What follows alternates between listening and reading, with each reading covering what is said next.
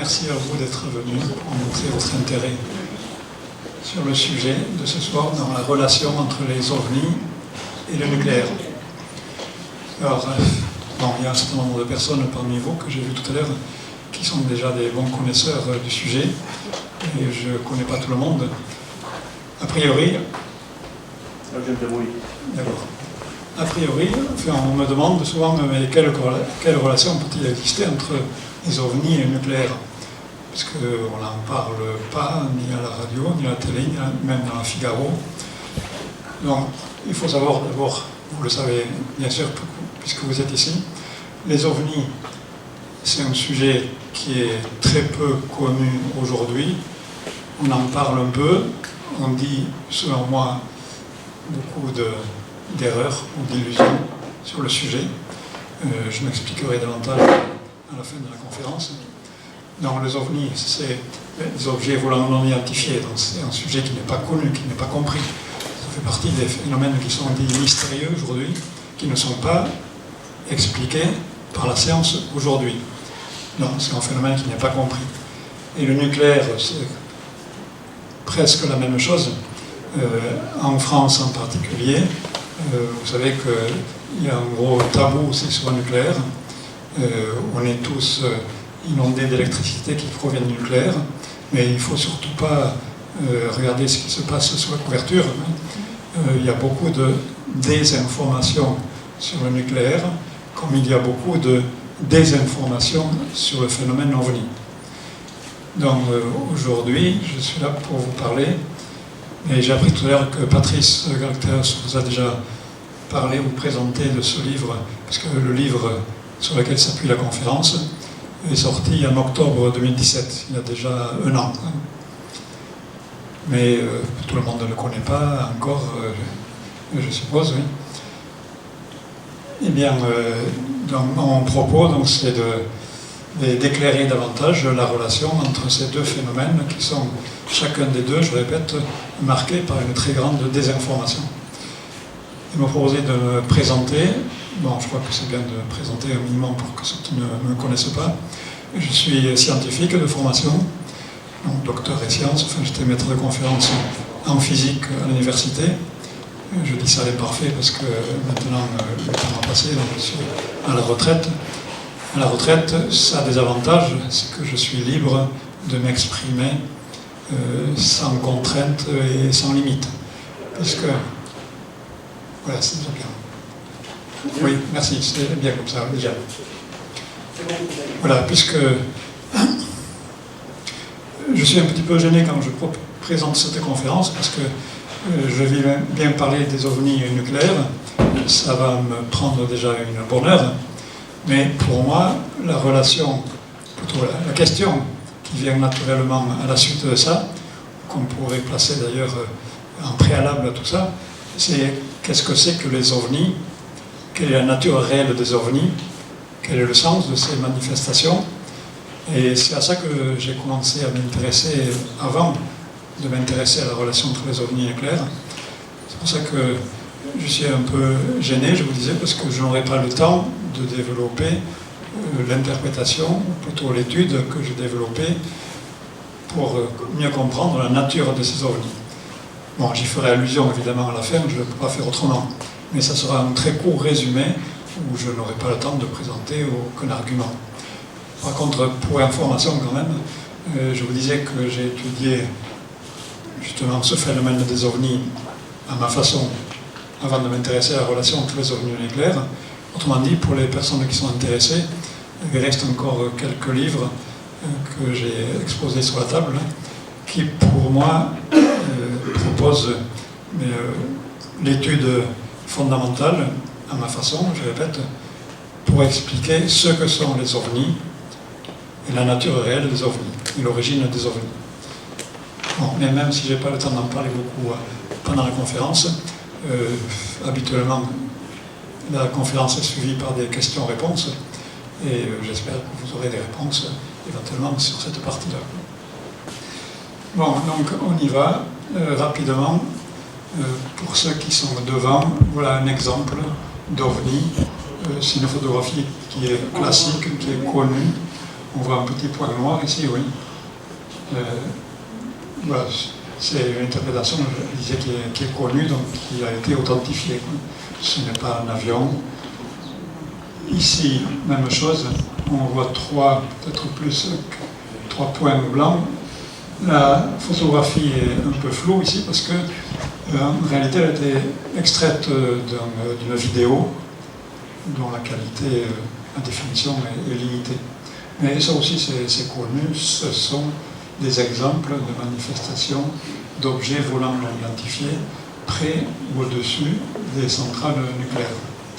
Et c'est autrement plus courant que ce que vous pensez, je suppose. Parce que depuis le début des années 40, autrement dit depuis le début du développement du nucléaire, vous savez que la première concrétisation d'un projet nucléaire, c'est Hiroshima, c'est Nagasaki, c'est pour la bombe nucléaire, et les centrales nucléaires, les centrales d'énergie nucléaire sont venues après. Dans les premières expérimentations, la première recherche date du début des années 40, pendant la Deuxième Guerre mondiale. Bien, c'est à ce moment-là que ça se faisait, les recherches se faisaient au sein de l'US Air Force aux États-Unis. Les États-Unis qui sont les pionniers dans cette recherche pour développer les armes et l'énergie nucléaire. Donc, au sein de l'US Air Force, donc, ils se sont rendus compte très rapidement qu'il y avait des objets dont ils ignoraient complètement la nature, qui se manifestaient de façon très ostensible près des installations, près des laboratoires, près des usines de fabrication des armes nucléaires. Et voilà. En 1950, par exemple, dans l'US Air Force était extrêmement préoccupé par ça. Le premier rapport qui soit connu, qui avait le nom de Laplace, d'un universitaire qui avait été chargé d'essayer de faire la lumière sur ces ovnis, qu'on ne comprenait pas justement. Déjà à l'époque, on se rendait compte que les 3/4 des observations d'ovnis, bon, à l'époque on n'utilisait pas encore le mot ovni, mais maintenant on dit ovni, étaient faites sur des sites liés au nucléaire, les 3/4. Donc il y a déjà une relation extrêmement étroite entre les deux phénomènes. Un peu plus tard, en 2002, une autre étude statistique qui portait sur 150 000 rapports d'observation sur près de 55 ans, qui concluait, donc c'est une étude américaine aussi, qu'il y avait un écart entre 1,5 et 2, autrement dit, il y avait 2 fois plus, à peu près, d'observations près des installations nucléaires, civiles ou militaires, que dans d'autres lieux où il n'y avait pas d'installation nucléaire. Non, l'écart est très significatif. De nouveau, une troisième étude qui a été faite en France ici plus récemment, sont 3 universitaires qui ont publié leurs travaux dans une revue américaine pour se faire mieux connaître, et qui ont conclu aussi un lien très élevé entre les activités nucléaires, et eux ils utilisaient cet acronyme de PAM de type D, autrement dit, les phénomènes aérospatiaux non identifiés, c'est comme ça qu'on les appelle dans le GEPAM, donc tout le monde connaît le GEPAM, la cellule qui dépend du CNES, groupe d'études et d'informations sur les phénomènes aérospatiaux non identifiés, qui collecte les rapports qui leur sont envoyés, leur information. Le mot E, étude, on pourrait quasiment le supprimer, parce qu'on n'a pas vu beaucoup de résultats d'études de leur part. Donc ça c'est une petite...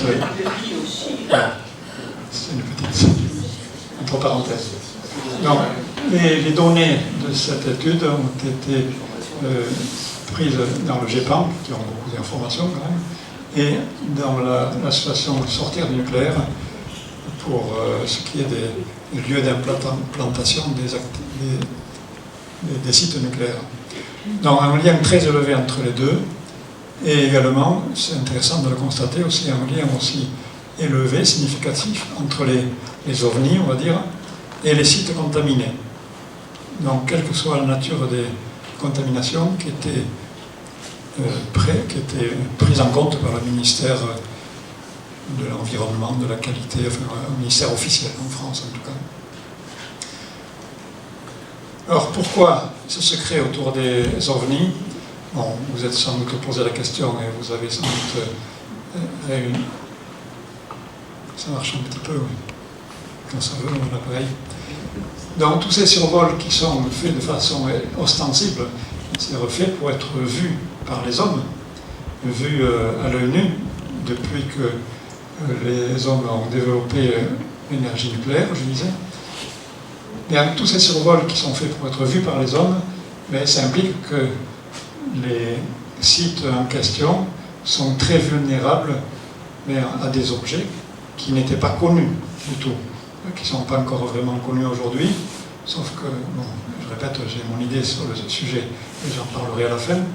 Alors, on les appelle toujours des ovnis, on les considère toujours comme non identifiés.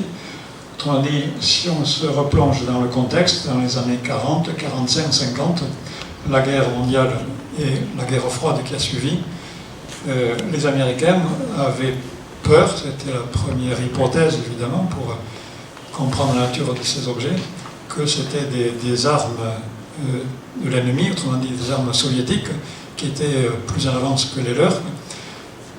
Et il se trouve qu'évidemment, il y avait les mêmes phénomènes qui se passaient du côté soviétique, qui étaient eux aussi exposés aux mêmes phénomènes, même si on a peu d'informations, parce que les informations passaient difficilement le rideau de fer. Mais les soviétiques se posaient les mêmes questions. Est-ce que c'était les Américains qui avaient développé des armes nouvelles comme ceci? Bon, et après, ils se sont rendus compte, mais après plusieurs années, à partir des années 48 à peu près, ils ont compris que ça ne pouvait pas être des armes nouvelles développées par l'ennemi. Mais en tout cas, toutes les installations nucléaires étaient très vulnérables à des...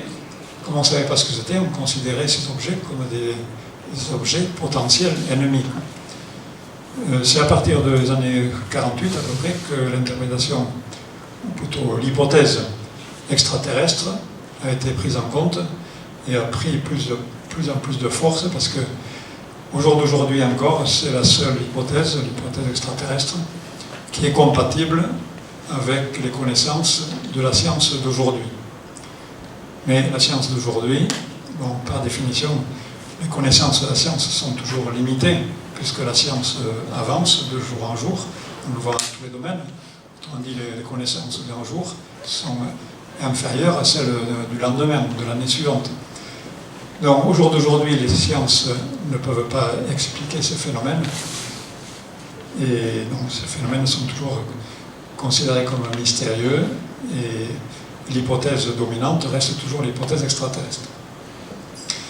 Donc c'est une situation inacceptable pour les autorités, évidemment, que de laisser croire que leurs forces armées étaient vulnérables à des ennemis de nature inconnue. Donc la réponse était évidente, on peut le comprendre facilement. Silence imposé à tous les militaires, et ceci depuis 1945.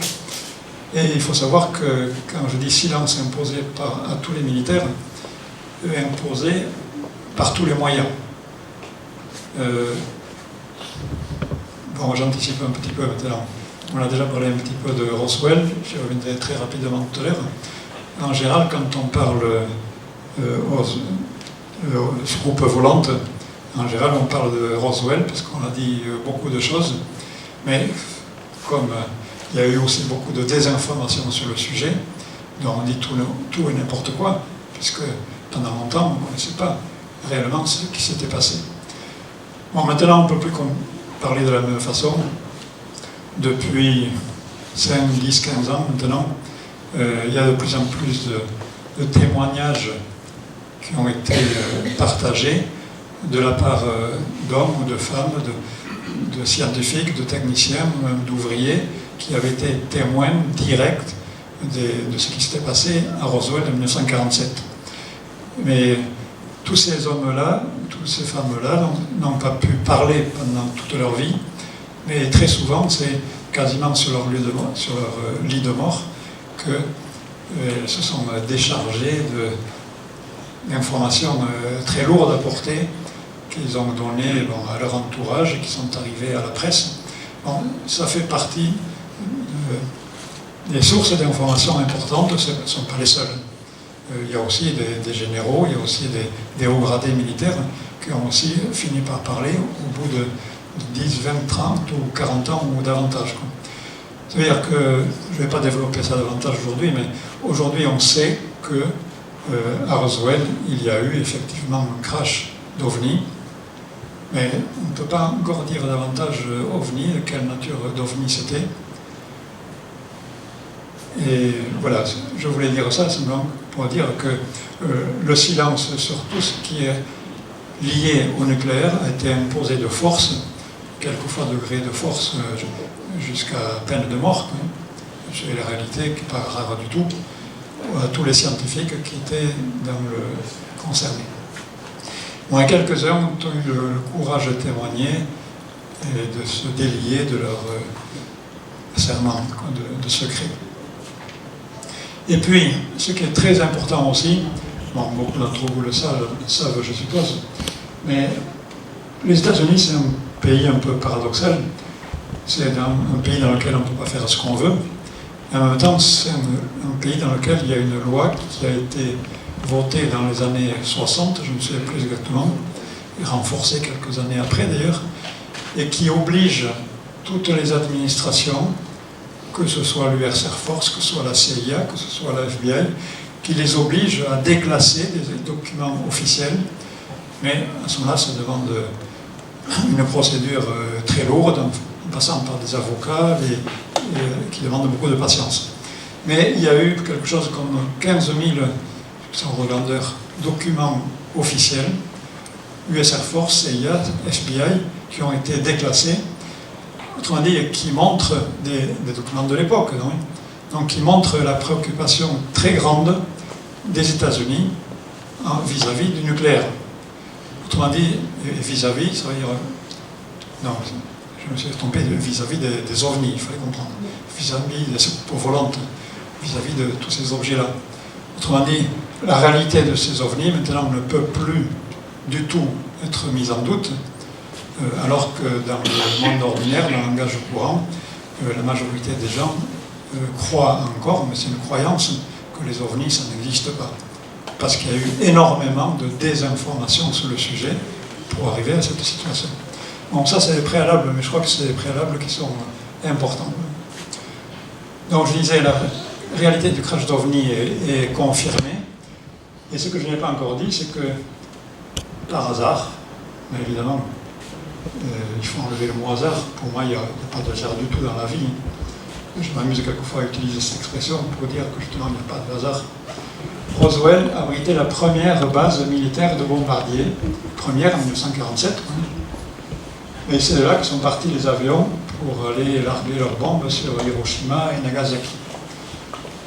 Voilà, donc il y a forcément en tout cas une très grande probabilité, pour moi on peut parler comme ça, de réalité, de lien, je veux dire, entre ce crash d'OVNI, dans la présence d'OVNI, et puis le fait que Roswell abritait une base militaire de bombardiers qui transportait le nucléaire.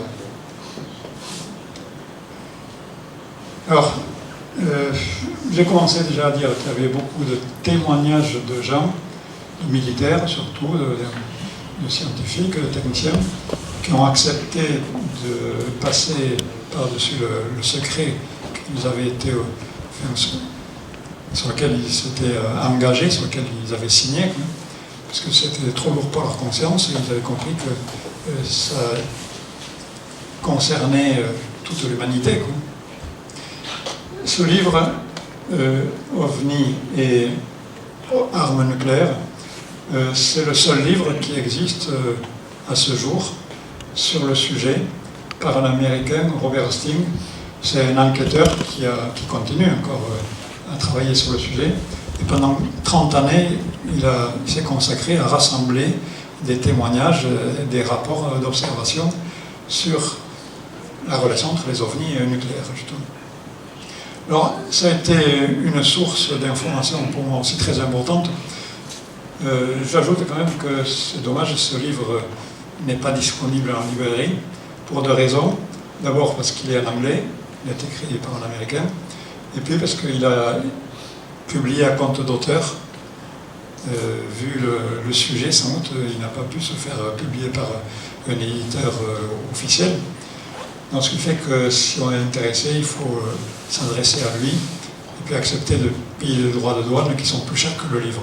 Ça, c'est une petite parenthèse. Mais moi, je me suis beaucoup appuyé sur ce livre pour écrire mon propre livre, je disais, qui est publié depuis 1 an maintenant. Et puis, je me permets quand même d'ajouter que celui-là est écrit en français. Je vais plus loin, je m'appuie d'abord beaucoup, et je l'en remercie, je ne le cache pas du tout, au contraire, je m'appuie beaucoup sur le contenu de son livre, mais j'ai apporté pour moi des parties qui sont supplémentaires et qui n'abordent pas. D'abord, Tchernobyl, on va voir ce que ça veut dire, et puis, pour moi, la nature des ovnis, qui est essentielle aussi à comprendre, si on veut comprendre la relation entre les ovnis et le nucléaire. Voilà, pour les gens qui sont intéressés, ce livre est aussi à disposition sur la table derrière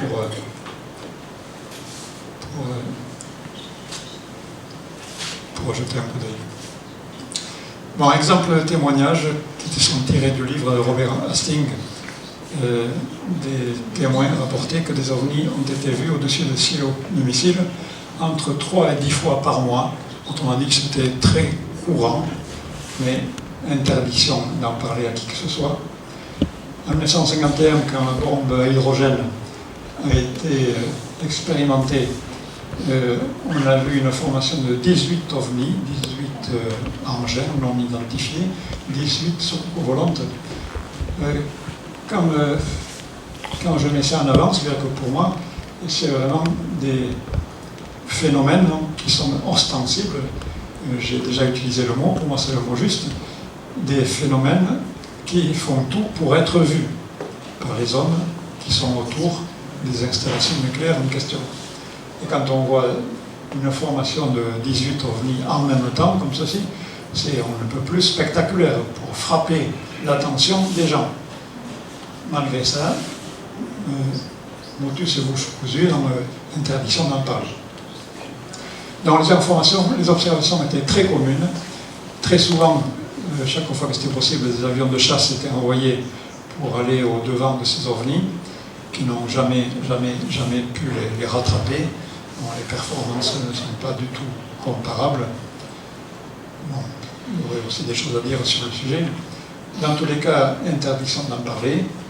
Un autre témoin qui disait que ces soucoupes volantes faisaient des cascades, encore une fois, pour attirer fortement l'attention des gens qui étaient au sol, s'arrêter sur les silos de missiles, c'est vraiment pour pointer du doigt les armes nucléaires. Tout ça, c'est indiscutable, la relation qu'il y a entre ces manifestations d'OVNI et les silos nucléaires, ou bien plus tard les centrales nucléaires.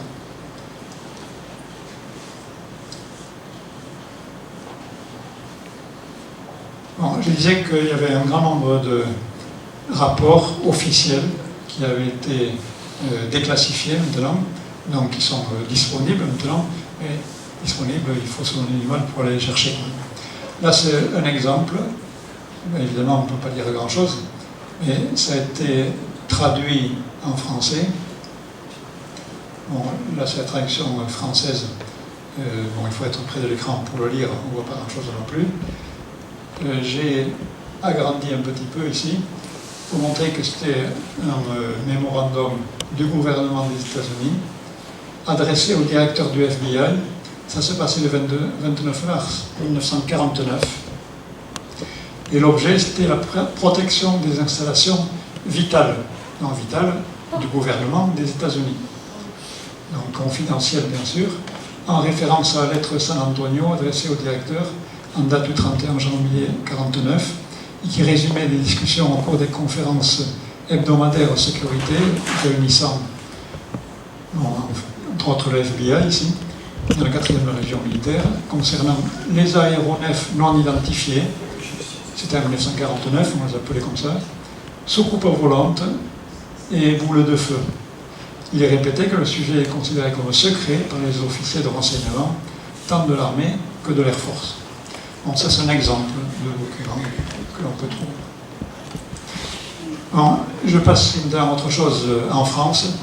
Bon, vous rappelez probablement pour la plupart d'entre vous ce qu'on appelait l'affaire des drones entre octobre 2014 et février 2015. C'est pas si loin que ça fait 4 ans. Donc, il y a 17 sites nucléaires qui ont été survolés par des drones, c'est le mot politiquement correct, qu'on utilisait partout. Là, c'est publié dans Le Monde, par exemple, dont on a beaucoup parlé dans la presse à l'époque.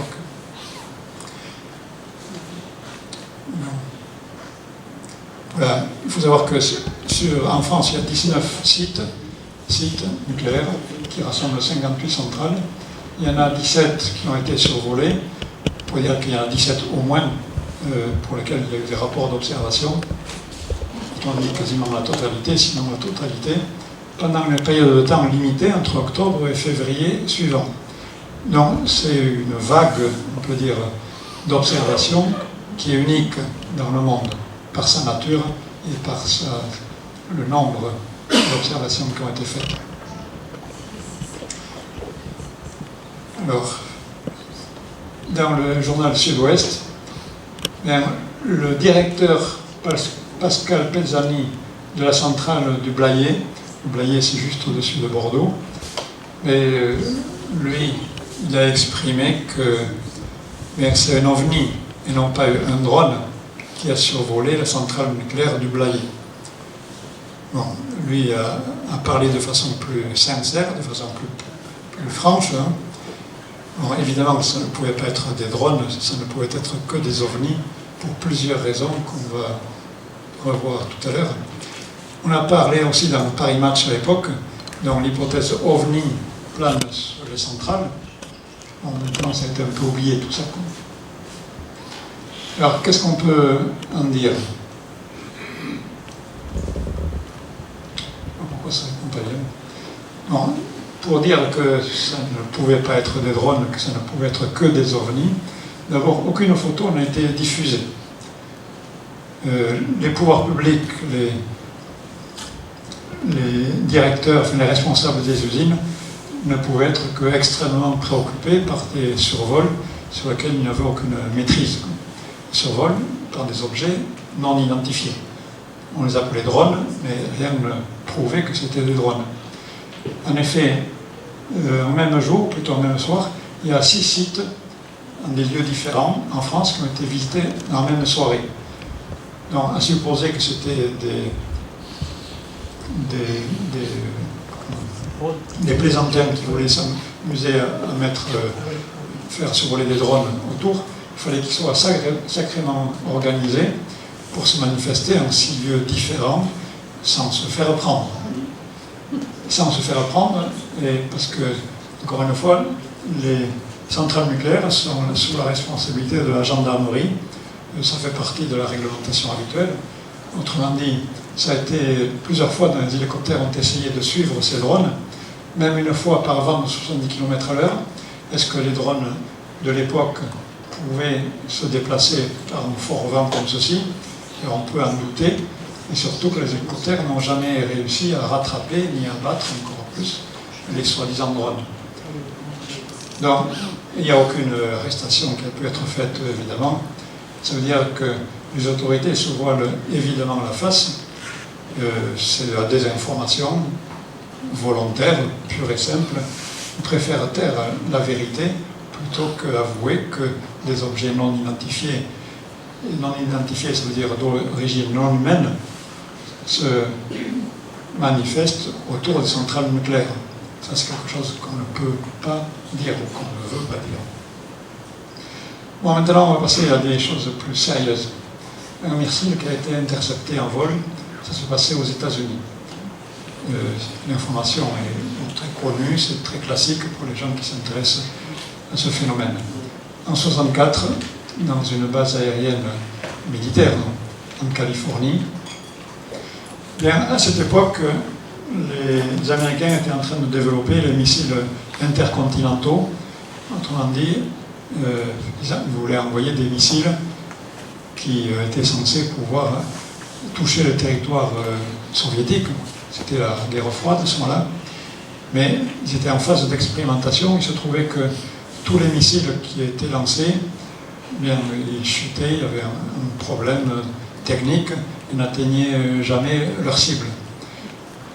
Alors, pour remédier à ce problème, les militaires, non, tout ça c'était chez les militaires, toujours à l'US Air Force, ont demandé à un opticien, un spécialiste, un physicien, spécialiste optique, de mettre au point un suivi visuel pour suivre en visuel, donc, en direct, ces missiles après qu'ils aient été envoyés pendant toute leur trajectoire.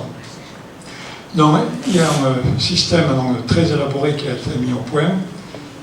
Comme le missile se déplace à grande vitesse sur de très grandes distances, sur des milliers de kilomètres. Donc, à partir de la base qui était en Californie, on a vu, mais ils ont installé un télescope sur un sommet qui était à l'ordre de 1000 mètres d'altitude, à plusieurs centaines de kilomètres de là, au sud, de façon que depuis le sommet et par ce télescope, ils puissent suivre en temps réel mais le missile, depuis le moment où il était envoyé jusqu'à toute sa trajectoire. Je répète, sur des milliers de kilomètres. Donc c'est un système très élaboré, mais il se trouve que le physicien donc, qui a été le responsable de la mise au point de ce système, donc il travaillait pour l'US Air Force évidemment, mais il a quitté l'US Air Force, je ne me souviens plus exactement, peut-être une quinzaine d'années après. Et puis, comme il était soumis au secret, évidemment, mais on ne lui avait pas demandé, de façon étonnante, ça avait été oublié sans doute, de signer un engagement de secret.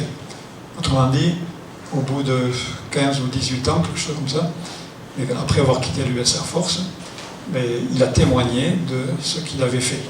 Et c'est comme ça qu'on a pu avoir l'information. Mais il raconte que dès la première expérimentation, ça a été une réussite. Et 2 jours après, mais lui, quand il faisait son travail, donc il avait l'œil dans le télescope, il suivait le missile et il n'a rien vu de particulier. Sauf que son suivi visuel fonctionnait. 2 jours après, il est appelé dans le bureau du commandant. Et dans le bureau de commandant, il y avait aussi notre responsable, il y avait aussi 2 autres personnes. Il a compris après que c'était 2 autres personnes, des agents de la sécurité, des agents de renseignement. Et ils ont visionné ensemble le film qui avait été enregistré. Et lui, donc, il est devenu professeur d'université par la suite. Hein. Il raconte donc en première phase, il a vu le missile qui a démarré sur sa trajectoire tout à fait normalement. Et puis, arrivé un peu plus loin, ça se passait à 370 km d'altitude. Le missile se déplaçait à 18 000 km à l'heure. Il n'y a pas d'erreur dans les chiffres là. Donc, c'est une certaine altitude, c'est une certaine vitesse. À un moment donné, on voit ça a été clairement vu sur le film, un objet qui arrive sur le missile, qui pointe un faisceau lumineux sur le missile, qui tourne d'un quart de tour, qui pointe un faisceau lumineux sur le missile, il ne se passe toujours rien, l'ensemble continue à avancer à 18 000 km à l'heure, l'ensemble missile et l'objet. 3e tir de rayon, et puis un 4e, et au bout du 4e tir de rayon lumineux, on voit le missile qui tout d'un coup chute, se casse la figure et tombe dans la mer. Autrement dit qu'il a été détruit par un objet volant non identifié, un ovni. Bon, ça veut dire que tout de suite, le commandant lui a dit tout ceci n'est jamais arrivé. C'est une façon de dire qu'interdiction d'en parler. Mais encore une fois, on n'a pas fait signer quand même d'engagement. Donc il n'a pu en parler à personne, même pas à son propre chef de projet, même pas interdiction d'en parler à sa femme. Enfin, à qui que ce soit. Et ce qu'il a respecté pendant des années, jusqu'à ce que sa conscience était trop lourde. Voilà, déjà ce dont sont capables les ovnis dans ces cas-là. Autre exemple aussi très significatif, des coupures électriques sur des bases nucléaires. Ça aussi, c'est très connu, mais les informations sont tirées en particulier de livres que j'ai cités tout à l'heure. En 1966, dans une base militaire, tout d'un coup, de façon impromptue, l'alimentation électrique générale a été coupée, sans explication. Mais on peut comprendre qu'il y a un système de secours qui est autonome sur chaque site nucléaire, pour que les sites nucléaires soient en permanence, 24 heures sur 24, 365 jours par an, opérationnels. C'est le moins qu'on puisse demander dans l'armée, qu'ils soient toujours prêts. Le système de secours est tombé en panne en même temps. Pose problème. Mais il y avait encore, heureusement, des batteries. Mais les batteries étaient en plat en même temps. C'est quelque chose d'extraordinaire, ça n'a jamais été vu, évidemment. Donc, on peut comprendre qu'il y a déjà des forces non ordinaires, comme ça, qui étaient en jeu. Alors, comment, pourquoi? D'abord, il s'est passé la même chose dans un autre site, même base militaire, autrement dit, à une distance relativement limitée de ce premier site. Il se trouve qu'un ovni a été vu à l'intérieur de la barrière de sécurité, autrement dit, tout près des silos de missiles, pendant ces incidents électriques. Et dès que l'OVNI est parti, tout a été rétabli immédiatement. Donc il y a une relation de cause à effet évidente et indiscutable entre la présence de l'OVNI et puis le fait que les missiles nucléaires ont été désactivés par faute d'énergie. Donc pour le moins c'est un avertissement concret et fort, mais simplement en déconnectant le système électrique et sans toucher aux armes elles-mêmes. Qu'est-ce que ça veut dire comme avertissement? Ça veut dire on est plus fort que vous? Pardon, je n'ai pas compris. Qu'est-ce que c'est comme avertissement? Ça veut dire on est plus fort que vous? Ou il faut Ah, pas des choses nucléaires? Non, ça peut être autre chose. Oui. J'ai une idée. Je peux la dire? Oui, c'est rapide. Deux mots. Faites gaffe à vos armes nucléaires, c'est très dangereux et on ne va pas vous laisser bousiller la planète. Non. Oui, bien sûr. Mais en réalité, la question qu'on pose, c'est une question que je pose là. Je crois bien un point d'interrogation. Mais la réponse à ça, on la verra davantage à la fin quand on aura l'ensemble des éléments. Mais ça revient à ça, évidemment. Moi, c'est mon. Bon, là on avait des désactivations par coupure de circuit électrique. Il y a eu d'autres types de désactivations aussi. En 1967, aussi plusieurs bases militaires dans lesquelles il y avait des armes nucléaires. À un moment donné, des lumières étranges sont observées, rapportées par les gardiens qui étaient à proximité, donc au niveau du sol, et qui surveillaient les entrepôts des missiles nucléaires. Des lumières étranges, autrement dit, qui n'avaient pas d'origine humaine. Et puis, à peine le temps, ou presque plus, à peine plus, de téléphoner à son chef, le commandant, qui était, pour des raisons de sécurité, plusieurs étages au-dessous, dans le sous-sol. C'était le principe, mais il y avait une liaison par téléphone habituelle. Donc tout d'un coup, ils s'aperçoivent que tous les missiles de ce site-là, il y en avait 7 ou 8, ont été désactivés un par un. Imaginez, alors que les hommes ne font rien, ils voient simplement des lumières inhabituelles sur le site, mais sur le tableau de contrôle, le commandant qui était en bas, mais il voit des voyants lumineux qui s'allument un par un pour montrer que chacun des missiles nucléaires sont désactivés, ne sont plus opérationnels, de façon complètement mystérieuse, bien sûr. Et il s'est aperçu qu'en rapportant cette histoire à son responsable, que la même chose s'était passée quelques jours avant, dans l'autre site qui faisait partie de la même base nucléaire, dont une dizaine de kilomètres de là, peut-être à peu près, l'ordre de grandeur. Bien, de la même façon, il y a 10 missiles qui avaient été désactivés de façon successive. Alors qu'il faut comprendre, je l'ai dit tout à l'heure, que tous les missiles sont autonomes à tous les points de vue, enfin, non seulement pour l'alimentation électrique, mais ils sont complètement autonomes. Ils ont tous été désactivés un par un, je répète. Donc là aussi, on peut dire que c'est un sacré avertissement.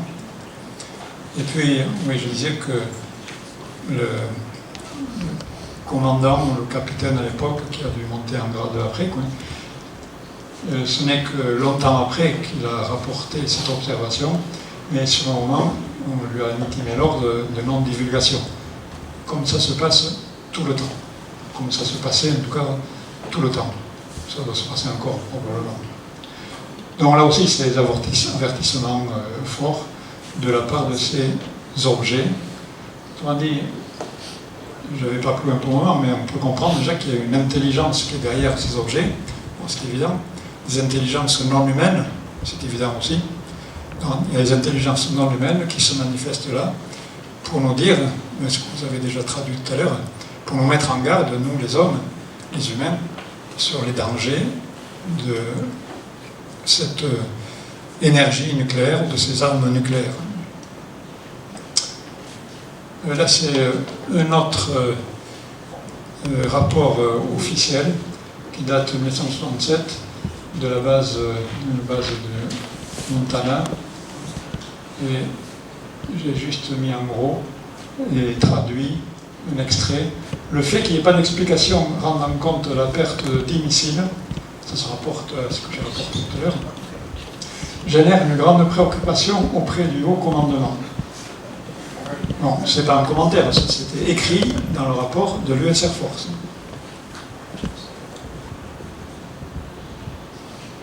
Oui, on voit pas bien déjà ce qu'il y a ici. Bon, dans le résumé des observations jusqu'à maintenant, les ovnis sont guidés par des intelligences, évidemment. Ce n'est pas de simples objets qui se montrent, qui se manifestent de façon intelligente. On a vu qu'ils ont les moyens de détruire les armes nucléaires. On l'a vu tout à l'heure avec le système de guidage visuel, de suivi visuel.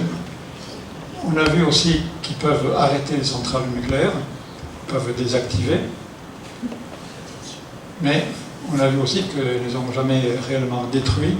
Et on peut traduire ceci en disant que ces intelligences-là, non humaines, respectent le libre arbitre des hommes, jusqu'à maintenant. Tout se passe comme si c'était comme ça.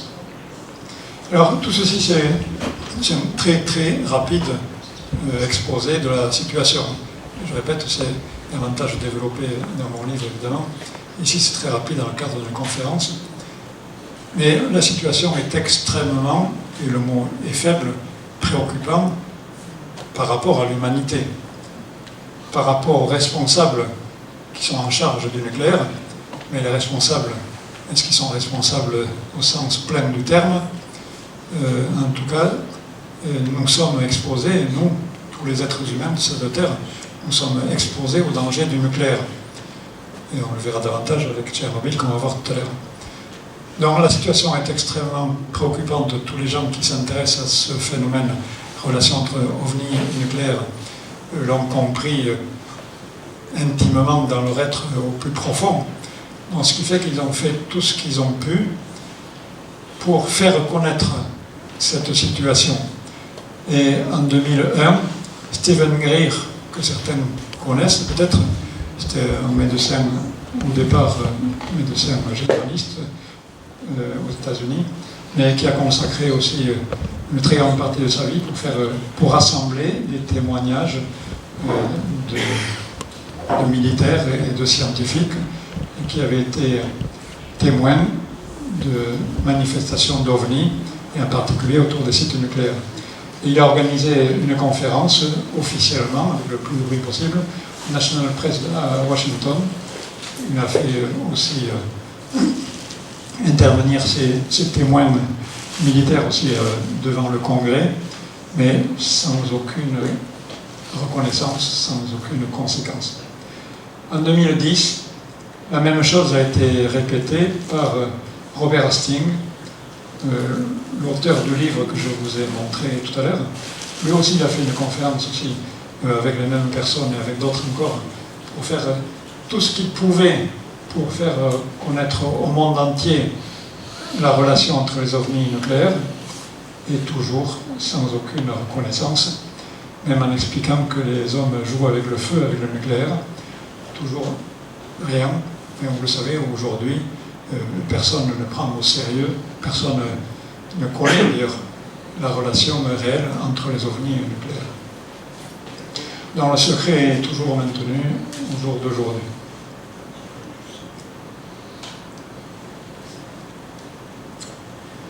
Oui. Alors. Voilà. Maintenant, on va passer encore à un autre niveau de manifestation. Tchernobyl, tout le monde se souvient, 1986.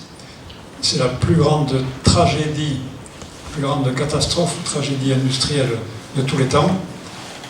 Quand je dis plus grande catastrophe ou tragédie, c'est en nombre de morts, qu'on ne peut pas comptabiliser, parce que 86, c'était encore l'Union soviétique, qui est tombée en 1989 seulement. Autrement dit, le secret était partout. Puis en plus, c'était un peu le début de la fin de l'Union soviétique aussi.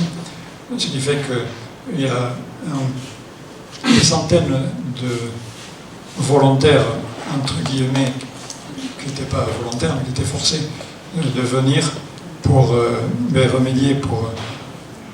comment on les appelle? On les a appelés les liquidateurs de la catastrophe de Tchernobyl.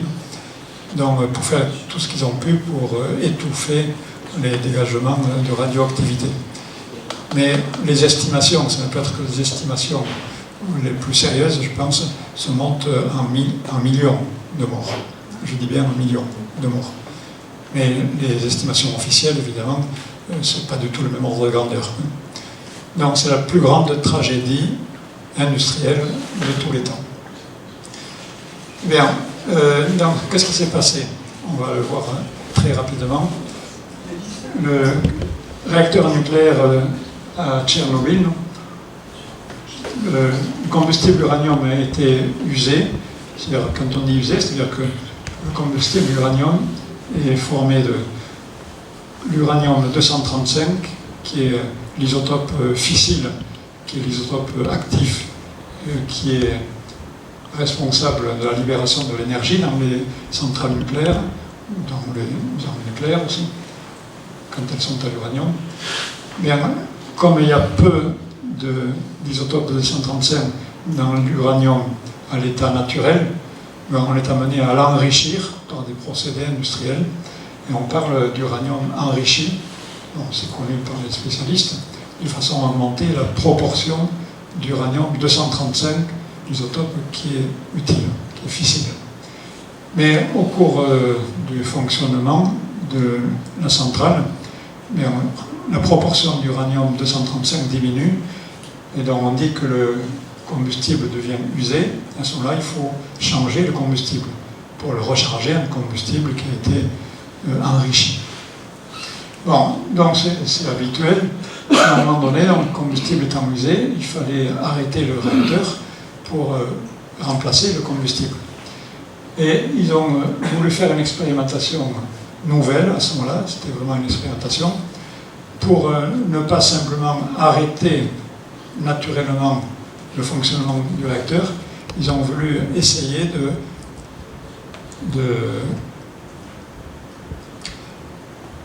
je commence à être fatigué, je vais chercher les mots, oui. D'enrichir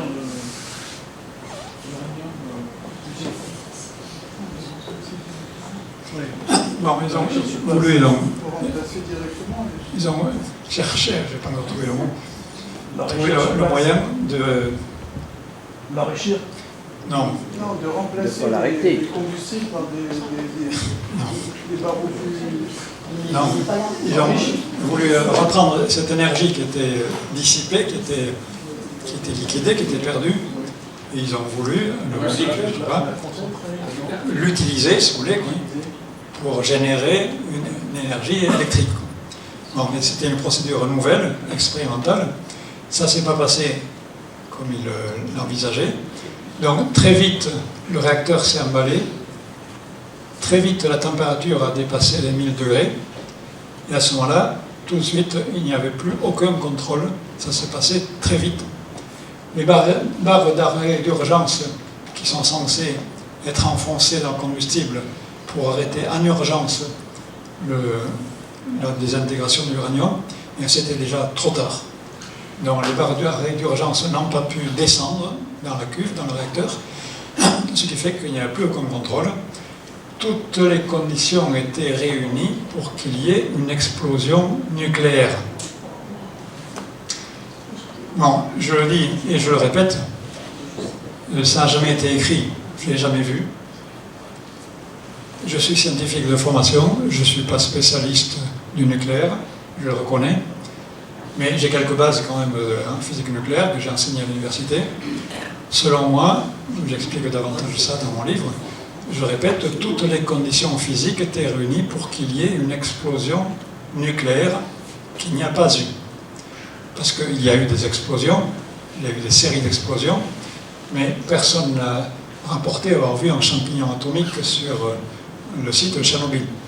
Quand je dis explosion nucléaire, c'est ça que ça veut dire. Vous avez vu tout le monde des photos de la bombe à Hiroshima ou à Nagasaki ou des expérimentations. Les explosions nucléaires génèrent un champignon atomique. C'est ça une explosion nucléaire.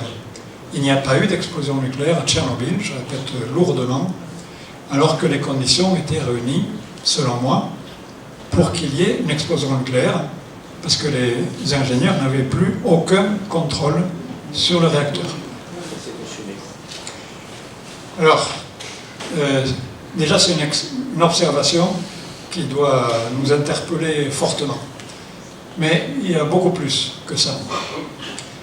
On sait que le réacteur contenait entre 180 et 190 tonnes d'uranium enrichi, donc légèrement enrichi parce qu'il était usé, mais quand même, il était hors de contrôle.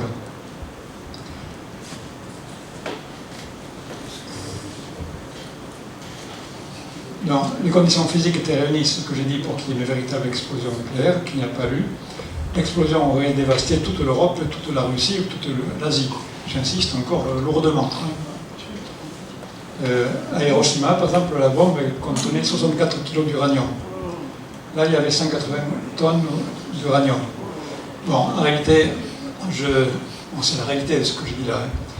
Mais de la façon dont je le dis, ça veut être provocateur un petit peu.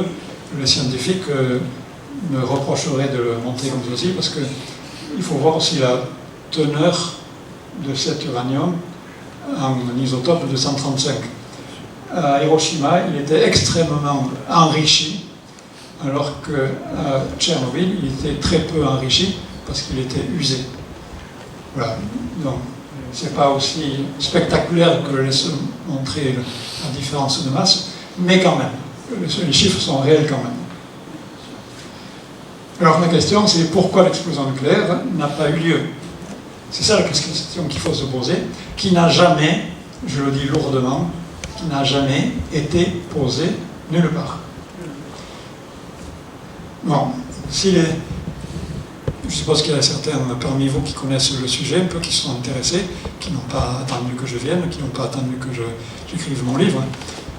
Mais depuis à peu près un an, je n'ai plus le site en tête, un site internet qui s'intéresse à des phénomènes aussi inexpliqués et qui ont écrit la même chose aussi, que les conditions physiques étaient réunies pour qu'il y ait une explosion nucléaire, qu'il n'y a pas eu. Mais il se trouve que quand j'ai vu ça dans ce site internet, c'est bien que je l'ai vu ailleurs, qu'il n'y a pas que moi qui le dise. Bon, je me permets de dire que quand je l'ai découvert dans ce site, c'était après la publication de mon livre quand même. Bon, mais c'est pour ça que je voulais quand même volontairement insister pour dire que les scientifiques, par ignorance ou par complicité, n'ont jamais posé les vraies questions. Donc, n'ont jamais apporté de réponse à ces vraies questions. Alors, pourquoi l'explosion nucléaire n'a pas eu lieu? Bien, maintenant, on peut apporter des réponses, justement. Et vous me voyez venir, c'est évidemment en relation avec les ovnis. Mais il se trouve qu'en 2002, mais la catastrophe c'était en 86, donc 2002 c'est combien? Ça fait 16 ans après. La Pravda a publié un article. La Pravda c'est un article un peu plus officiel quand même. Des centaines de témoins ont vu des ovnis au-dessus du recteur endommagé au moment de l'explosion. Donc ça a été écrit officiellement, ceci. Des centaines de témoins ont vu. Plus que ça, 2 ingénieurs qui faisaient partie de la centrale de Tchernobyl ont vu et ont rapporté avoir vu une sphère lumineuse qui avait une dimension entre 6 et 8 mètres, qui a envoyé 2 faisceaux rouges sur le réacteur pendant 3 minutes. On donne leur nom dans l'article en question. L'un s'appelle Varitsky, l'autre je ne me souviens plus. Ils faisaient partie de la centrale nucléaire, donc quand ils ont entendu la première explosion, ils habitaient pas loin sans doute, donc ils sont venus, on peut comprendre facilement, pour voir sur place ce qu'il en était. Donc ils ont accepté après de rapporter ce qu'ils avaient vu. D'abord ils ont vu cette sphère luminaire, mais c'est pas tout. C'était les ingénieurs nucléaires, ils avaient un compteur Geiger avec un compteur qui mesure la radioactivité. Et ils ont déclaré, et ça a été repris dans la Pravda, que la radioactivité a été divisée quasiment par 4 entre avant que la sphère lumineuse soit intervenue et juste après. Est-ce que vous connaissez, d'après vous, bon, je dis ça de façon un peu humoristique évidemment, je ne sais pas s'il y a des ingénieurs parmi vous, des ingénieurs nucléaires en particulier, est-ce que vous imaginez, je vais dire comme ça plutôt, oui? Bon, est-ce que vous imaginez qu'on puisse envisager un moyen technique, scientifique, pour diminuer quasiment en quelques minutes la radioactivité émise par un réacteur par 4? Et si on savait le faire, ça serait la première chose à faire. Chaque fois qu'il y a des incidents dans les centrales nucléaires, et des incidents, il y en a, bon, je vais dire à l'appel, pas tant que ça, pas aussi grave que ça, heureusement. Mais les incidents dans les centrales nucléaires, ils sont très nombreux. J'ai dit, ils sont très nombreux. Mais on n'en parle pas. Il ne faut pas en parler. Autrement dit, le fait que ça a été rapporté par 2 ingénieurs, des scientifiques quand même, publié par la Pravda, ça montre qu'il y a des forces, encore une fois, surnaturelles, non humaines, qui sont intervenues, mais pour nous protéger, nous, les êtres humains. Déjà, à ce stade-là, on est obligé de le reconnaître.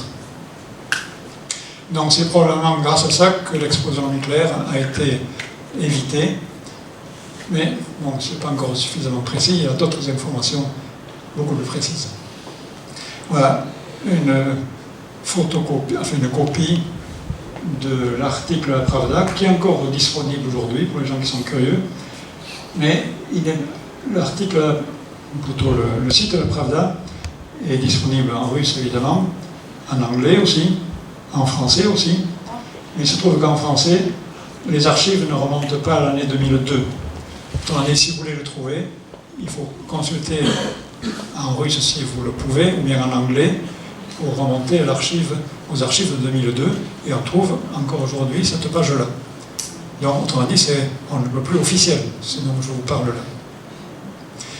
Et puis, ce qui a été pour moi le plus important, c'est la lecture d'un livre qui est paru en 2006, encore une fois 20 ans après la catastrophe, c'est pour ça que c'est quasiment pas connu tout ça, et traduit en français aussi, Les silences de Tchernobyl, l'avenir contaminé, et dans lequel il y a beaucoup d'informations.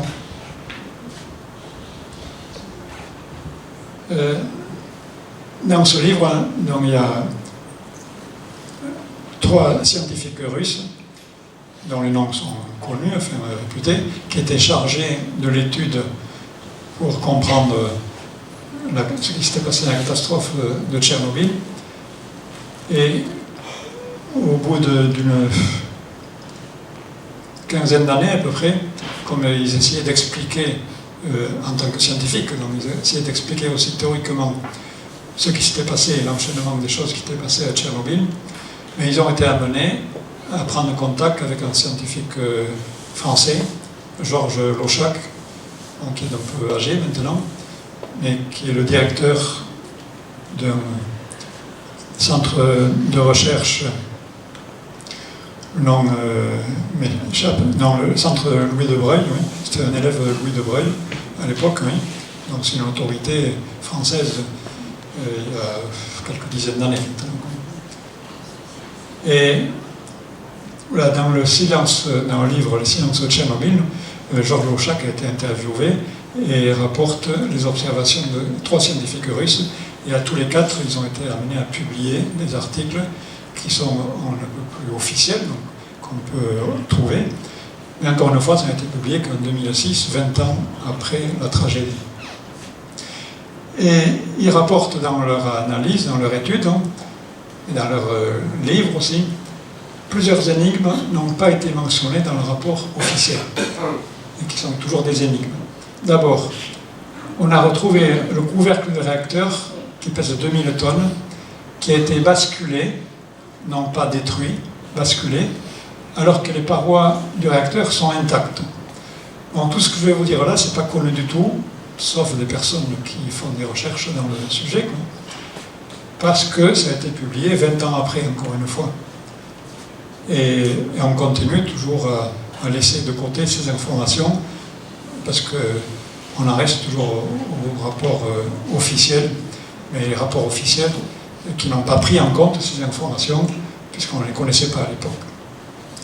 Donc, les 3 scientifiques russes qui étaient sur place, ils sont intervenus très rapidement après la catastrophe, et ils sont débrouillés pour non pas aller voir dans le réacteur ce qui se passait, on ne pouvait pas y rentrer, sous peine de mort immédiate évidemment, mais ils ont perforé une ouverture dans une paroi du réacteur pour y passer un périscope, et ils ont photographié, ils ont vu donc ce qui se passait à l'intérieur du réacteur, de la cuve du réacteur, tout de suite après le début de la catastrophe, avant que tout était détruit, comme on l'a vu sur la photographie que j'ai montrée là. Donc ils montraient que les parois étaient intactes, parce qu'on voyait la peinture qui était encore en état, on voyait encore des graffitis qui étaient encore en état, donc ils ont conclué que la température à l'intérieur du réacteur n'avait pas dépassé les 300 degrés, autrement dit, il n'y avait pas eu d'explosion importante, réelle, dans le réacteur. Donc, le basculement du réacteur ne pouvait pas être expliqué par une explosion interne. Alors que dans les rapports officiels, ils ont été obligés, faute de ces informations, de proposer l'information que le couvercle avait été détruit, et détruit par l'explosion qu'il y avait à l'intérieur du réacteur. Bon, ce n'est pas la réalité, d'après les informations qu'on a connues et publiées, officielles, qu'on a connues 20 ans après. Je passe le temps parce que c'est super important, nous savons tout ça. Donc, ils ont vu aussi que le combustible nucléaire avait quasiment tout disparu. Il y avait 190 tonnes avant. Bon, on considère qu'il y avait une 50 tonnes qui ont été dégagées dans l'atmosphère et qui ont été disséminées dans toute l'Europe à peu près, et l'Asie, et la Russie en particulier. Mais il en reste encore plus d'une centaine de tonnes quand même qui ont disparu, on ne sait pas comment. On ne sait pas comment, mais il se trouve qu'on a trouvé au moins 10 tonnes d'aluminium. Mais ça aussi, c'est indiscutable, sauf que ce n'est pas connu.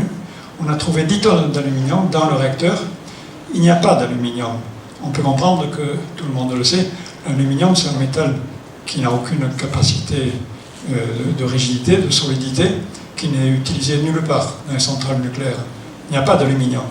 Là, on a trouvé 10 tonnes d'aluminium. On ne peut que conclure, et encore il y a d'autres informations après, qu'il y a une partie du combustible qui a été transmutée, c'est le mot scientifique, transformée, si vous voulez, en l'élément uranium vers l'élément aluminium. Pas directement, il y a une chaîne qui fait passer de l'un à l'autre quand même. Mais il y a des phénomènes de transmutation, en tout cas. On ne peut le comprendre que comme ça. Bon, tout ça, ça dépasse complètement les capacités humaines. Et encore une fois, c'est grâce à ça que l'explosion nucléaire n'a pas eu lieu. Alors, ce que je... Oui, il y a encore une source d'information aussi, un peu plus importante. Grigory Medvedev, c'est le constructeur de la centrale de Tchernobyl. Donc il était bien placé pour connaître mais comment ça se passait dans la centrale. Et il a écrit un livre, je n'ai pas écrit là, oui, 4 ans après, à ton avis, le livre est paru aussi en 1990, 4 ans après, La vérité sur Tchernobyl, les révélations d'un grand scientifique russe. Bien, il se trouve que ce livre est épuisé, évidemment, depuis longtemps, mais j'ai eu la chance de pouvoir le trouver quand même d'occasion. Et pour la petite histoire, je dirais que quand je l'ai lu la première fois sur le paragraphe le plus important, mais mon attention n'a pas été attirée, ça n'a pas fait tilt, si on peut dire. Quand je l'ai relu en même temps que j'écrivais mon livre, à ce moment-là, ça m'a fait tilt. Et j'ai lu et j'ai rapporté maintenant ce que j'ai lu dans ce livre-là. Bien, Grégory Medvedev, le constructeur de la centrale de Tchernobyl, rapporte que l'ordinateur de la centrale de Tchernobyl est resté en activité jusqu'au dernier moment. Et il a enregistré des données, cet ordinateur. Et lui, Medvedev, il a traduit ces données, il est scientifique évidemment, on ne peut plus, en disant, les termes sont de lui, enfin, traduit en français, une boule d'énergie électrique est apparue dans le tiers supérieur du réacteur, qui avait 7 mètres de diamètre à peu près. Vous vous rappelez tout à l'heure les centaines de témoins qui ont vu les ovnis ou les objets avaient entre 6 et 8 mètres de diamètre. Donc c'est la même dimension. Lui, il a vu cette boule d'énergie dans le tiers supérieur du réacteur. Et il a vu que, grâce consécutivement à l'apparition de cette boule d'énergie électrique, 50 tonnes de combustible se sont évaporées, bon, les termes sont de lui encore une fois, ont été disséminés dans l'atmosphère et ont généré les nuages radioactifs qui ont arrosé tout le continent après. Donc pour un scientifique, il n'a pas dit plus et il ne connaissait pas, il ne pouvait pas connaître la nature de cette boule d'énergie. Et cette information, malheureusement, c'était 4 ans après les faits, n'a pas été relevée par les experts non plus. Et oui, comme on ne comprend pas, en général, on a tendance à laisser de côté ce qu'on ne comprend pas. Donc, ce que je propose, à partir des informations que j'ai rassemblées ici, mais que j'ai présentées de façon très rapide, évidemment, ce que je propose, c'est qu'il s'est passé d'abord, les ovnis sont intervenus plusieurs fois. D'abord, ils ont fait en sorte de basculer le couvercle, et je dis bien basculer, parce qu'il n'était pas détruit dans un premier temps. Le site, après, de Tchernobyl, a fait l'objet d'incendies, d'explosions pendant 10 jours. Autrement dit, la photo que j'ai montrée tout à l'heure a été prise après, tout a été détruit après. Mais dans un premier temps, plusieurs, en particulier, par exemple, ce qu'on trouve dans les livres aussi, les pilotes d'hélicoptères qui étaient réquisitionnés pour envoyer du sable à l'intérieur du réacteur. Donc ils s'approchaient le plus près possible du réacteur. Bon, ils voyaient bien que le couvercle était basculé sur le côté. Donc il y a des témoins pour ça, quoi, sans être détruit, encore une fois. Donc ça dépasse l'entendement humain. Ça a permis de libérer dans l'atmosphère une partie du combustible. L'hypothèse, l'interprétation que je propose, c'est que pour qu'il y ait une explosion nucléaire, on parle de masse critique qu'il faut dépasser. Autrement dit, il faut qu'il y ait une masse d'uranium, de combustible suffisamment enrichie et suffisante pour que l'explosion ait lieu. Alors on peut comprendre, peut-être on peut proposer l'hypothèse en tout cas qu'en libérant immédiatement 50 tonnes, ça a envoyé la radioactivité sur toute l'Europe, mais ça a permis peut-être d'éviter qu'il y ait une explosion nucléaire. Et pour compléter le travail, on peut proposer aussi le fait que l'OVNI, ou les intelligences liées à l'OVNI, ont transmuté l'uranium restant. La preuve, c'est qu'il y avait beaucoup d'aluminium qui n'existait pas avant. Donc voilà les 3 manières dont les OVNIs sont intervenus pour faire en sorte que l'explosion nucléaire n'ait pas lieu. Non, tout ceci, évidemment, ça dépasse complètement l'entendement humain, vous le savez. Non, c'est un engagement prodigieux, je crois que le mot est juste, de ces intelligences liées aux ovnis, à l'insu des hommes, puisque personne n'a jamais pris conscience. Personne n'a jamais pris conscience, sauf quelques-uns depuis quelques années qui s'intéressent à ce sujet, suite à l'apparition de l'article de la Pravda, par exemple, en 2002. Mais très peu, et surtout pas les autorités, ne parlent de cet enchaînement, de ce qui s'est passé à Tchernobyl. Voilà ce qu'on pouvait dire sur Tchernobyl. Évidemment, la question que la plupart d'entre vous se posent est qu'est-ce qui s'est passé à Fukushima? Parce que là aussi, en 2011, il y a eu une catastrophe aussi extrêmement grave. Je ne sais pas dire si elle a été mise sous contrôle au jour d'aujourd'hui, parce que pendant des années, ce n'était pas le cas en tout cas, c'est pas encore le cas d'aujourd'hui. Bon, malheureusement, Fukushima, on ne peut pas en dire beaucoup, en tout cas je ne peux pas en dire beaucoup, parce qu'on sait qu'il y a eu des ovnis, il y a eu des photos, il y a eu des vidéos. Ça, c'est une image qui est extraite d'une vidéo qui est toujours disponible sur Internet, très facilement, mais on n'a pas d'informations. Moi, je n'ai pas d'informations, je n'ai pas connaissance qu'il y ait des informations. Le secret a été bien gardé au Japon. Dans les premières conclusions qu'on peut prendre à ce niveau, c'est que des ovnis se manifestent avec insistance, pour le moins, près des installations nucléaires, et ceci depuis les années 40. Mais c'est vrai que, juste une parenthèse, on trouve souvent l'idée que les ovnis se manifestent dans le ciel autour de la Terre de façon plus régulière ou plus souvent depuis les années 40. On dit souvent ceci, sans faire le lien avec le nucléaire. Mais c'est le nucléaire qui existe, qui explique justement que le nombre de manifestations d'ovnis a beaucoup augmenté depuis cette époque. Dans le nombre réel de manifestations, il faut le garder ça dans sa mémoire, il est évidemment très supérieur au nombre de témoignages, parce que, encore une fois, à cause du secret qui est imposé par toutes les autorités, et ceci dans tous les pays, en France autant qu'aux États-Unis, évidemment, en France autant que aux États-Unis, en Russie, et dans tous les pays, en Angleterre, etc. Donc le nombre réel de manifestations est très supérieur. Et encore une fois, tout à l'heure, même avant la conférence, de vous montrer justement des manifestations d'objets volants non identifiés, en particulier près des centrales nucléaires. Donc c'est quelque chose qui est très courant, mais malheureusement on en parle très peu.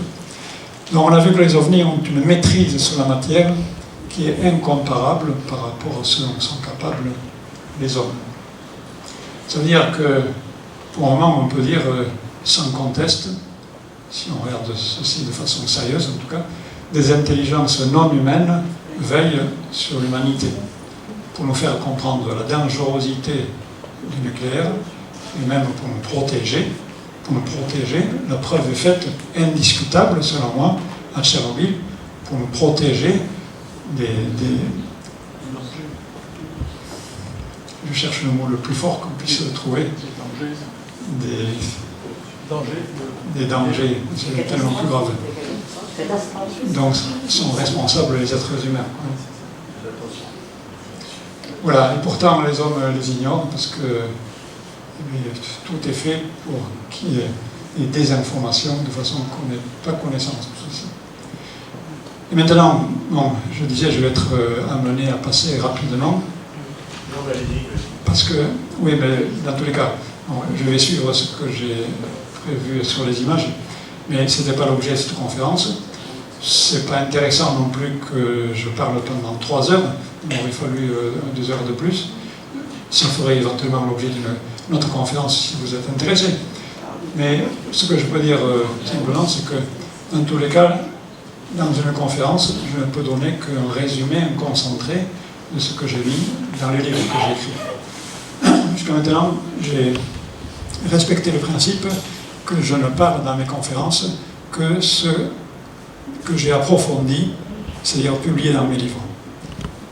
Il y a des sujets, je ne sais pas si je reviendrai ici dans 1 an, dans 2 ans comme ça.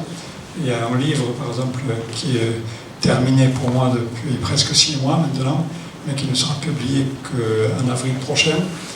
Le suivant est encore beaucoup plus important, toujours sur les ovnis, mais avec un élargissement de façon incommensurable par rapport à ce dont on a parlé jusqu'ici. Mais, voilà, je vais faire une petite transition aussi.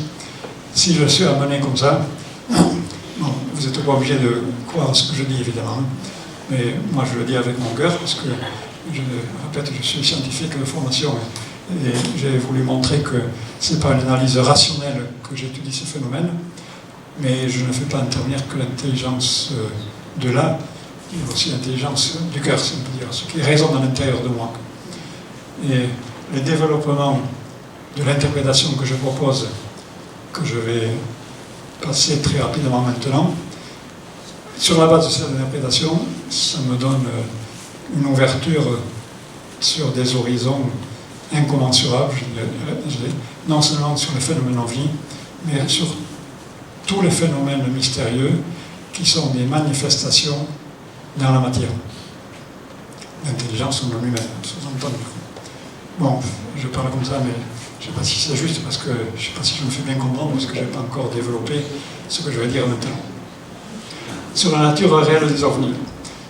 Donc, pour moi, c'est le livre le plus complet que j'ai écrit sur le sujet. OVNI, Crop Circle et Midim, c'est le titre que j'ai voulu donner. C'est un livre qui fait 400 pages, c'est pour ça que c'est une étude, selon moi, approfondie. OVNI, bon, vous connaissez. Crop Circle, vous connaissez aussi. Je dirais que j'ai commencé à m'intéresser au Crop Circle avant de m'intéresser aux ovnis. Et c'est quand j'ai développé mon interpellation sur les Crop Circle que j'ai compris que les ovnis étaient des phénomènes de même nature. C'est comme ça que je m'exprime. Autrement dit, dans l'ovni est similaire. Je vais m'expliquer un petit peu plus maintenant. Et Midim, bon, c'est un petit peu provocateur dans le livre, mais c'est le fond de ma pensée complètement. J'ai voulu proposer ce terme-là, cet acronyme, en expliquant que tous ces phénomènes-là, OVNI, Crop Circle et bien d'autres, ce sont pour moi des manifestations interdimensionnelles. Autrement dit, OVNI, pour moi, c'est un terme qui, un jour, devrait ne plus être utilisé quand on aura compris la nature réelle de ces objets. On ne pourra plus dire qu'ils sont non identifiés quand on aura compris ce que c'est. Bon, moi je propose mon interprétation. Elle ne va pas être acceptée du jour au lendemain, je ne fais pas des miracles, mais j'explique, mais avec des arguments évidemment, que tous ces phénomènes-là sont des manifestations interdimensionnelles. Et il n'y a pas besoin d'aller chercher les hypothèses extraterrestres pour ça. Ça n'exclut pas l'hypothèse extraterrestre, mais selon moi, tous les phénomènes dont il est question ici, à quelques exceptions près, qui sont très importantes, mais à quelques exceptions près, sont des manifestations interdimensionnelles liées à la Terre. Alors, je m'explique un petit peu plus.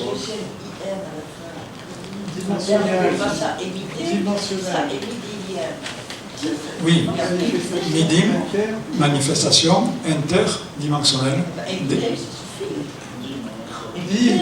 Mais j'aime bien cet acronyme Midim. C'est le seul, d'abord c'est plus explicite, et puis, bon, ça parle au cœur aussi si vous voulez en même temps. C'est le seul mot c'est un mot qui peut se lire dans un sens et dans l'autre en même temps. Ça a du sens pour moi. Ouais, c'est comme on veut. Bon, d'abord, sur l'hypothèse, enfin, la nature réelle des ovnis. Je disais, extraterrestre, c'est la seule hypothèse qui soit compatible avec les connaissances actuelles de la science. Mais nombreux, de plus en plus nombreux, sont les chercheurs, spécialistes, qui ont montré maintenant les incohérences de cette hypothèse avec le nombre de manifestations. Parce que même si le nombre de manifestations a augmenté depuis les années 40, En fait, ceux qui s'intéressent à ça savent que ça date de la nuit des temps. Il y a eu des observations qui ont été rapportées depuis l'Antiquité. Au plus loin qu'on puisse aller, on sait que les hommes ont observé des boucliers, on les appelle les ougroupes, des cigares, enfin, de formes diverses, dans le ciel, décrits de façon diverse. Et puis l'ancienneté et le nombre de manifestations, quand je disais nombre, on sait que depuis qu'on s'y intéresse de près, depuis quelques dizaines d'années, c'est un million d'observations qui ont été rapportées. Millions d'observations qui ont été rapportées. Bon, moi, mes propres observations, je ne les ai jamais rapportées. Il y en a plein qui n'ont jamais été rapportées. Autrement dit, il y a des millions et des millions d'observations. Ce n'est pas compatible avec les manifestations, selon moi, d'êtres qui viendraient d'autres systèmes stellaires, soit pour nous visiter, soit pour nous observer, soit pour autre chose. Bon, c'est pas une preuve ce que je dis là, mais ça paraît pas cohérent avec. Alors que, voilà, sachant que l'hypothèse extraterrestre ne rend pas toujours compte de tout, il y a certains chercheurs qui se posent la question, oui, mais est-ce que ça ne viendrait pas d'autres dimensions? Mais de façon curieuse, mais ça a du sens. Tous les gens, je parle de façon générale quand même, il y a peut-être des exceptions, ou en tout cas moi j'en suis, tous les gens qui s'intéressent à cette hypothèse d'une autre dimension associent toujours cette dimension avec une hypothèse extraterrestre. Autrement dit, les ovnis seraient générés non pas par des êtres à notre image qui viendraient d'ailleurs, mais des êtres dans une autre dimension qui viendraient d'ailleurs. Et l'hypothèse que ce seraient des êtres dans une autre dimension qui seraient sur Terre, sur la Terre, n'a quasiment jamais été envisagée. Je dis quasiment, bon, je parle de façon générale d'abord, mais bon, les connaisseurs connaissent Jacques Vallée, par exemple. Il n'y a pas que lui. Jacques Vallée est le premier, ça fait déjà combien, une trentaine d'années, une quarantaine d'années peut-être, qui est rapporté le fait que les caractéristiques des objets, des soucoupes volantes, des ovnis, étaient très proches des caractéristiques que l'on prête à ceux qui connaissent les êtres de la nature. Les êtres de la nature, qu'on appelle aussi les élémentaux. Autrement dit, Jacques Vallée fait partie des exceptions qui ont approfondi, enfin, qui ont fouillé cette hypothèse-là, mais malheureusement ne sont pas allés jusqu'au bout de ce qu'ils auraient pu aller. Bon, ça me permet, quand j'ai rappelé le travail de Jacques Vallée, de dire que je me situe dans la lignée de ces travaux-là, justement, mais j'ai eu la chance de pouvoir m'appuyer sur d'autres connaissances qu'il n'avait pas pour étayer mon propos, justement. Je vais expliquer. Donc, il existe une vie intelligente dans le monde invisible, sur Terre, et dans une autre dimension. Et c'est ça que je veux travailler. Pour moi, l'existence de phénomènes mystérieux, mais ça montre que si ces phénomènes-là sont encore mystérieux aujourd'hui, ça montre que si ces phénomènes-là ne peuvent pas être expliqués par la science c'est une science qui est on ne peut plus matérialiste aujourd'hui, qui essaie d'expliquer, et c'est très bien, tout le monde matériel dans lequel on vit, mais qui est limité à la vue matérielle du monde, qui n'a aucune vue spirituelle, même si la science envisage, et plus qu'envisager, c'est discutable, l'existence d'autres dimensions pour expliquer le Big Bang, etc. C'est pas nouveau. Il y a beaucoup de théories qui expliquent le monde à travers d'autres dimensions. Mais ça n'a toujours été que théorique, ça n'a jamais été resté que théorique. Alors que moi je montre que tous ces phénomènes-là, qui sont mystérieux parce qu'inexpliqués par la science, ce sont des manifestations du monde invisible liées à une autre dimension. Et ce n'est pas pour moi de la théorie, puisque ce sont des manifestations physiques. Les crop circles, c'est physique. Les ovnis, enfin physique, je veux dire physique et matériel aussi. Les ovnis, c'est physique aussi, mais pas toujours matériel, mais ça peut être matériel aussi. Les disparitions d'objets, ça peut être matériel aussi, bon, etc. Il y a plein d'autres phénomènes aussi. Bon, je vais plus vite. Donc, selon moi, c'est la vision matérialiste du monde dans laquelle les êtres humains que nous sommes, je parle de façon générale, sont enfermés, sont prisonniers, et c'est ça qui doit être remis en cause si on veut s'ouvrir à une explication réelle du monde dans lequel nous vivons. Donc, les sources sur lesquelles je me suis appuyé sont des sources qui ont été délaissées par la science, évidemment, des sources traditionnelles. Quand je dis sources traditionnelles, c'est-à-dire ce qui se passe en Afrique, ce qui se passe en Asie, par exemple, dans les communautés qui ont été très protégées, encore relativement protégées de l'influence occidentale, chamanique aussi, des sources anciennes, dans des textes anciens, des sources religieuses, mais religieuses, dans le monde chrétien, on ne trouve pas grand-chose. Dans l'islam, on trouve beaucoup de choses. Vous connaissez, vous avez entendu peut-être le mot des djinns. Les djinns, qui sont les êtres élémentaux dans le monde musulman, dans le monde islamique, sont des êtres non humains qui ont une certaine intelligence, qui vivent dans d'autres mondes, qui sont capables d'intervenir dans notre monde à nous, des humains. Voilà, ce sont des sources religieuses auxquelles je fais allusion. Et puis c'est évidemment des sources spirituelles. Alors évidemment, la science, qui, je répète, ne s'intéresse qu'au monde matériel, a, par définition, je veux dire comme ça, laissé de côté tout ce qui était de source spirituelle. Oui, mais moi je me suis tourné de ce côté-là, justement, pour montrer qu'il y a une excellente cohérence entre toutes ces sources qui sont d'origine tout à fait différente, qui viennent d'époques différentes, et qui confirment toute l'existence d'êtres non humains dans d'autres dimensions, dans d'autres plans, dans un monde invisible, qu'on appelle les êtres de nature, qu'on appelle les êtres élémentaux. C'est ce qu'on appelait les fées, les farfadets, les lutins, les gnomes. Tous ces êtres-là, vous avez entendu parler évidemment, et vous avez été conditionnés, bon, je veux dire ça avec le sourire, vous avez été conditionnés, vous comme moi, quand vous étiez enfant, on vous a lu des livres, vous avez lu des livres, et on vous a laissé croire, mais c'est la nature des choses, que c'était les fruits de l'imagination. Mais moi aussi j'en étais là jusqu'à il n'y a pas longtemps. Et puis c'est sur la base de toutes ces connaissances-là, mais des connaissances qui sont parfois on ne peut plus actuelles, contemporaines, oui, dans le monde islamique par exemple.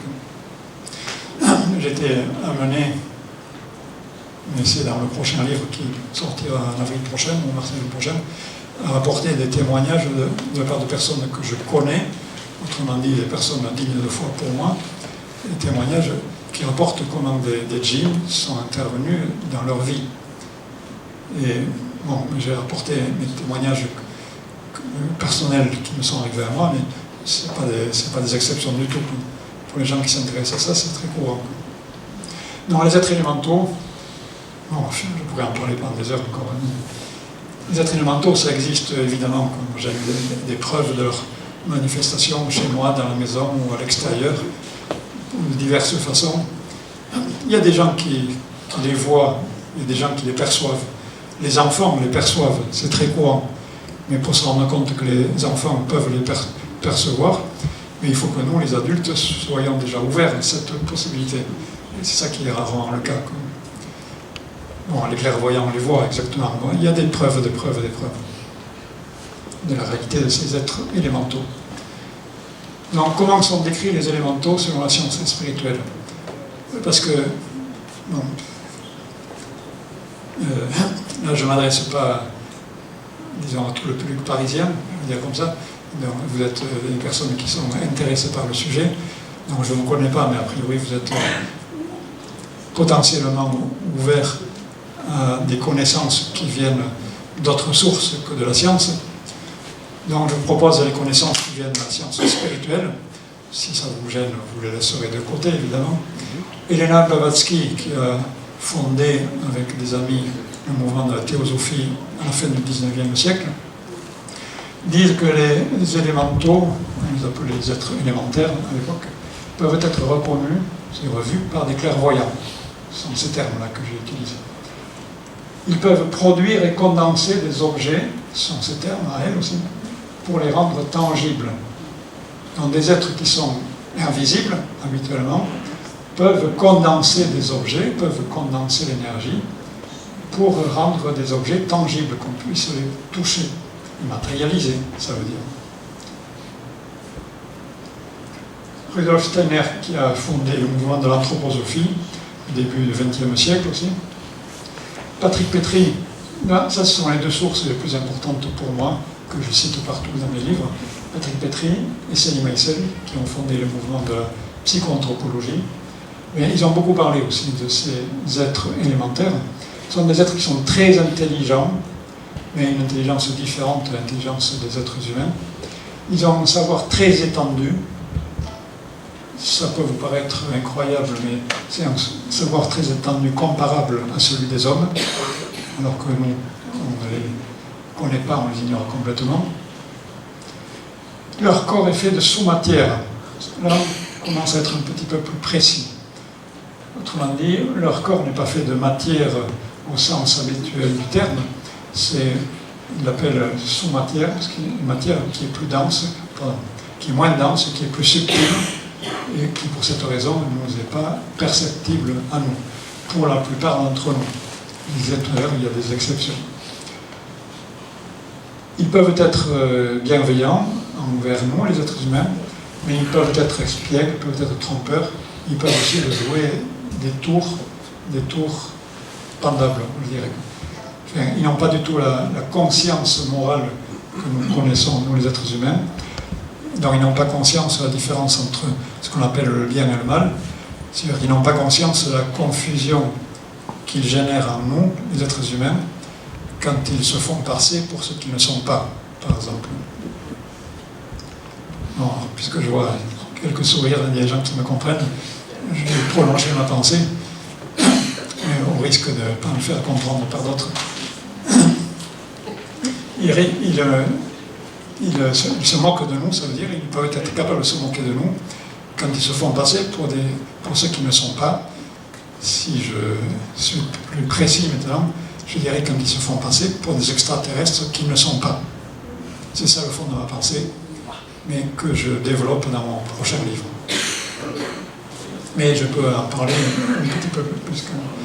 Et ils sont capables de manifester des formes lumineuses, donc de manifester de la lumière, que l'on verra, de manifester des formes matérielles, donc des objets matériels, simplement avec une technologie qui n'est pas une technologie. Nous, les êtres humains, on ne sait parler que de technologie parce qu'on est identifié à la matière. Eux, ils ne vivent pas dans cette matière-là. Donc, par leur simple volonté, on peut dire, c'est vite dit, mais voilà, ils peuvent matérialiser des objets ou des lumières. Donc les conclusions que je vous propose pour aujourd'hui, c'est que les êtres élémentaux sont des êtres intelligents qui habitent la Terre comme les hommes, mais qui vivent dans un monde parallèle, dans une autre dimension, donc, qui fait qu'on ne peut pas les voir habituellement, sauf exception, mais ils peuvent se manifester. Ils se manifestent de nombreuses manières différentes. On a parlé des ovnis, on a parlé un peu des crop circles, j'ai fait allusion aussi à ce que j'appelle les midim, dont les disparitions d'objets, les orbes, les chutes de pierres au col de Vence, par exemple. Bon, et d'autres encore. Oui, d'autres encore. Je laisse le point de suspension. Mais toutes ces manifestations-là, pour moi, sont le signe de leur présence. Soit ils veulent nous montrer qu'ils sont là, parce que nous, on a oublié qu'ils étaient là, parce qu'on est encore identifié au monde matériel. Et soit ils veulent même se manifester dans le nucléaire, on a vu ce qu'il en était. Ils habitent la Terre comme nous, même si dans une autre dimension. Donc ils souffrent des mauvais traitements que les hommes infligent à la Terre. Je ne vais rien vous apprendre si je vous rappelle que l'être humain est en train de détruire à vitesse grand V la nature, le monde matériel, la Terre aujourd'hui, et s'autodétruire en même temps. Hein. Donc, la loi d'interdépendance, en même temps qu'on s'autodétruit, on les détruit à eux aussi, puisqu'on détruit leur monde naturel dans lequel ils vivent. Mais les hommes sont encore trop enfermés dans leur égocentrisme. Bon, c'est l'état de la civilisation d'aujourd'hui. Bon, je pense qu'on peut l'admettre facilement aussi. Donc, je rappelle que les élémentaux nous ont sauvés à Tchernobyl, au moins. Fukushima, on ne le sait pas. Il aurait dû y avoir une explosion nucléaire désastreuse. Les hommes n'ont pas conscience de tout de ça, ou ne veulent même pas le savoir. Les hommes doivent apprendre le respect de toutes les formes de vie. Là, il y a du travail à faire, parce qu'on est en train de faire le contraire maintenant. On détruit, vous le savez, les espèces animales, les espèces végétales. On détruit l'être humain, il n'y a pas d'autre mot. Et on détruit aussi les formes de vie qui sont dans le monde invisible. Donc c'est extrêmement grave, avec tous les superlatifs qu'on pourrait ajouter. Et il y a évidemment des implications philosophiques et spirituelles énormes, tout ce que je viens de dire là. Et enfin, je vous remercie de votre attention.